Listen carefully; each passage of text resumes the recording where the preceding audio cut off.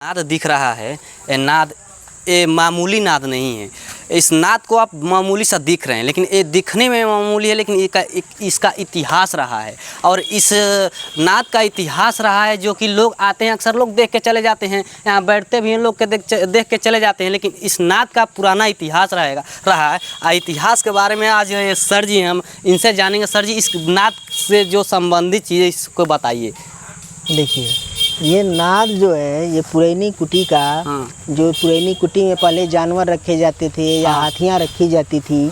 तो हाथियों को खिलाने के लिए जगह चाहिए या स्पेस चाहिए।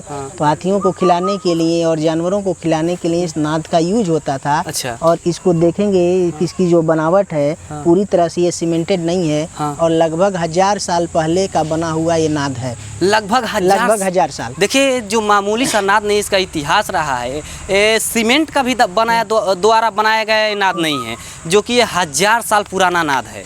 जो कि आज सीमेंट का बनाया है घर मामूली 100 साल भी नहीं टिकता, आज जो कि ये बिना सीमेंट का 1000 साल रहा है। आप समझिए इसका कितना बड़ा इतिहास, 1000 साल पुराना है पुरैनी कुटी का नाद। और बताइए सर। पुरैनी कुटी के इतिहासों में जैसे क्या होता है कि पहले जानवरों को जब हम लोग रखते हैं, अच्छा, तो पुराने समय में एक जानवर दो जानवर नहीं रखते थे।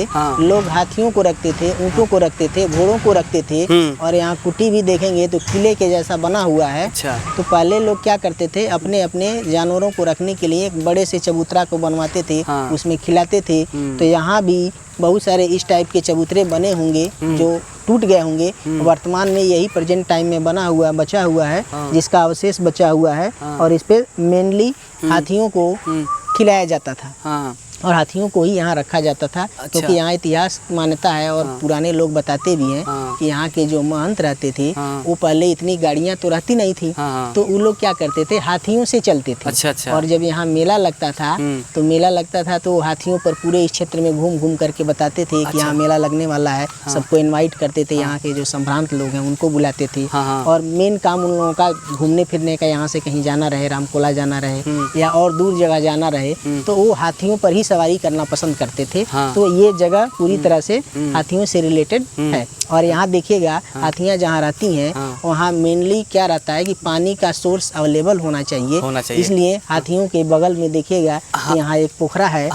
ठीक है। अब इस पोखरे से रिलेटेड हाथियों को पानी दिया जाता था, चारा दिया जाता था और उनको नहलाया जाता था और यहीं से उनको खिलाया जाता था।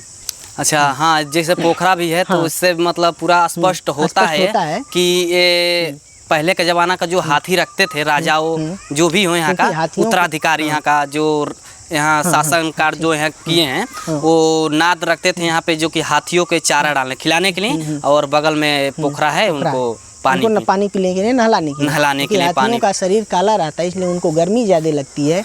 तो उनको गर्मी से ठंडा होने के लिए मेनली उनको पानी की जरूरत सबसे ज़्यादा पड़ती है। इसलिए हाथियों वहीं रहती हैं जहाँ पानी का सोर्स अवेलेबल हो। जैसे कि दोनों का जुड़ाव मतलब मैच करता है। दोनों का जुड़ाव, जैसे पोखरा का इस नाद का भी जुड़ाव मैच कर रहा है। अच्छा। और जैसे मैं इस नाद पे जैसे कि एक बार दीपक भी जलाया जाता है, जानते हैं किस दिन? छठ में। छठ पूजा।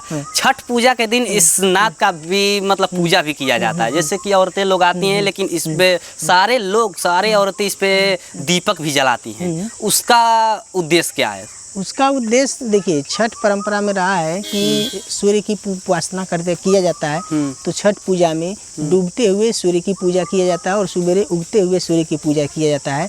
तो औरतें क्या करती हैं, जब छठ के समय में शाम के समय जब यहाँ आती हैं तो सूर्य को एक दीपक जला करके उनके नाम पर यहाँ इस नाद पर रख देते हैं। और उसमें मान्यता है कि हाथियों की पूजा मतलब लक्ष्मी की पूजा मानी जाती है, इसलिए इस पे वो लोग दीपक अपना रख देती हैं। जैसे कि औरतें आज भी इस नाद को जीवित रखी हैं। आज भी जीवित, रोज रोज नहीं सही, हफ्ता में नहीं सही, महीना में नहीं सही, साल में एक बार औरतें जो है इसको जीवित रखी हैं। चलिए, ठीक है। वो अपना संस्कृति और अपनी सभ्यता को अभी भी जीवित रखी, बचा के रखी हैं। चलिए, ठीक, यही है इसका इतिहास।